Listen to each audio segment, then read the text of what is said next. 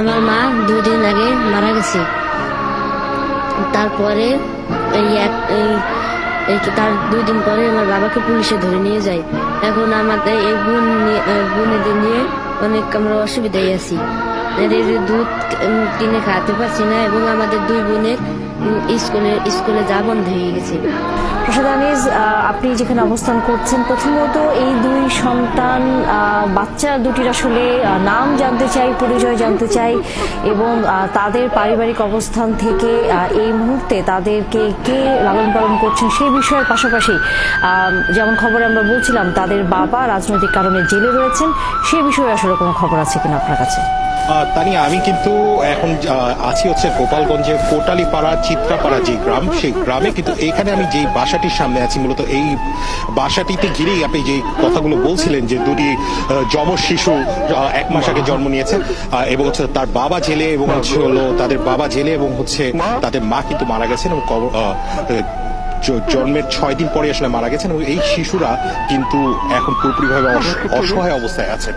আমি যদি একটু চিত্রটা আপনাকে দেখাতে পারি যে গ্রামবাসীর অনেক মানুষজনই কিন্তু এখানে এসে ভিড় করেছেন এবং আপনি দেখছেন যে তাদের সবচেয়ে বড় যে সন্তান সাজ্জাদ, সে কিন্তু একটি বাচ্চাকে কোলে নিয়ে রেখেছে এবং তার পাশেই কিন্তু আরেকটি বাচ্চা রয়েছে, যমজ যে 2 শিশুর কথা বলছিলাম, তার বয়স কিন্তু আসলে 6 বছর এবং যাকে আসলে এখন দেখা যাচ্ছে সেই সাজ্জাদ, যার বয়স 12 বছর, সে কিন্তু আসলে এই পুরো পরিবারের দায়িত্বে বলা যায়। এবং তারা কিন্তু মানে খুবই হৃদয় বিতরক ঘটনা। তারা কিন্তু আসলে গেল 3-4 দিন ধরে কোনো খাওয়া দাওয়া করতে পারছেন না।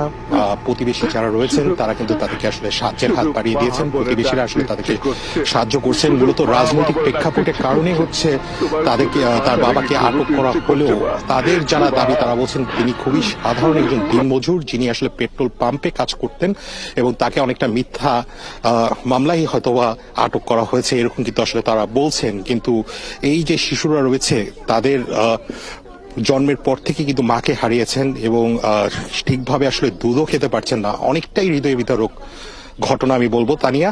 এবং যেই শিশুটির উপর দায়িত্ব 12 বছর বয়সে, যেটি আসলে খেলার বয়স, যেটি আসলে ছুটে বেড়ানোর বয়স, সেই বয়সে কিন্তু আসলে তার উপর তার কাঁধে কতটুকু আসলে সেই বিষয়টি বুঝতে পারছেন সেটি আসলে জানা নেই।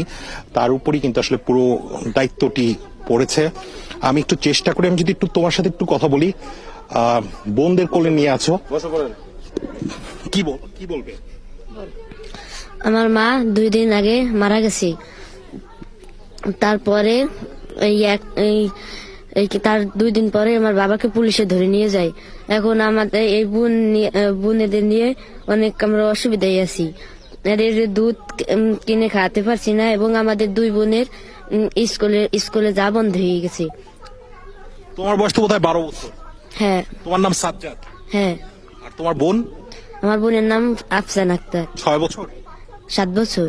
7 বছর। শুনছিলেন কিন্তু আসলে তাদের যে পরিস্থিতি তানিয়া, যে 3-4 দিন ধরে আসলে তারা খেতেও পারছেন না, বাচ্চাকে যে দুধ, সেই দুধটাও কিন্তু আসলে খাওয়াতে পারছেন না। আমি একটু তার দাদি আছেন, দাদি কিন্তু অনেক অসুস্থ এবং বাবা এবং হচ্ছিল তার মায়ের চিন্তায় কিন্তু তিনি আরো বেশি অসুস্থ হয়ে গেছেন। আমি যদি 2-1 জনের সাথে কথা বলি, আমি যদি আপনার সাথে কথা বলি,